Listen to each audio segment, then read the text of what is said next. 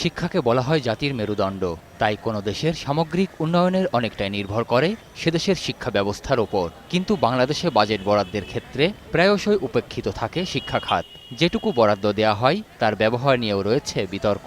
আমাদের এই যে নিম্ন বরাদ্দ, তাতে শুধু প্রতিদিনের কাজগুলি সম্পন্ন করা সম্ভব হয়।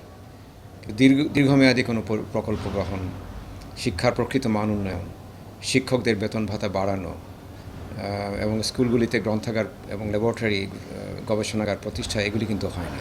বরাদ্দ আর খরচের মধ্যে একটা তারতম্য থেকে যায়।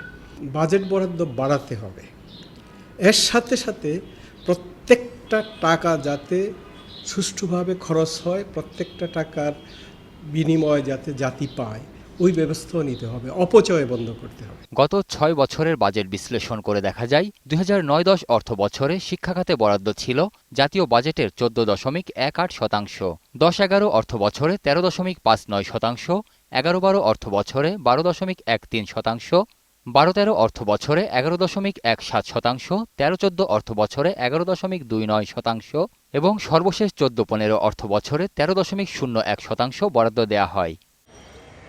আন্তর্জাতিক মানদণ্ডে শিক্ষা খাতে একটি দেশের মোট জাতীয় আয় বা জিডিপির ৬% বরাদ্দ আদর্শ হিসেবে ধরা হয়। কিন্তু বাংলাদেশে এই হার রয়েছে ২%-এর কাছাকাছি। অথচ বিশ্বের বিভিন্ন দেশে এর চিত্র ভিন্ন। বাংলাদেশেও এর পরিমাণ বাড়িয়ে ৫%-এর ওপরে নিয়ে যাওয়ার তাগিদ দেন বিশেষজ্ঞরা। যে বৈদেশিক মুদ্রা আমাদের উপার্জন করেন প্রবাসী শ্রমিকেরা, তার একটা অংশ নিয়ে যাচ্ছে ভারতীয় বিশেষজ্ঞরা। তার কারণ শিক্ষাক্ষেত্রে আমাদের বরাদ্দ অপ্রতুল। আমাদের অন্তত টার্গেট থাকবে উন্নয়নশীল দেশ অনুসারে যে জাতীয় জিডিপির ৫% অন্তত শিক্ষায় খরচ হবে। মৌলিক শিক্ষার পাশাপাশি কারিগরি ও বৃত্তিমূলক শিক্ষার উন্নয়নে বরাদ্দ বৃদ্ধিরও পরামর্শ তাদের। সঞ্জয় অধিকারী, ২১ টেলিভিশন, ঢাকা।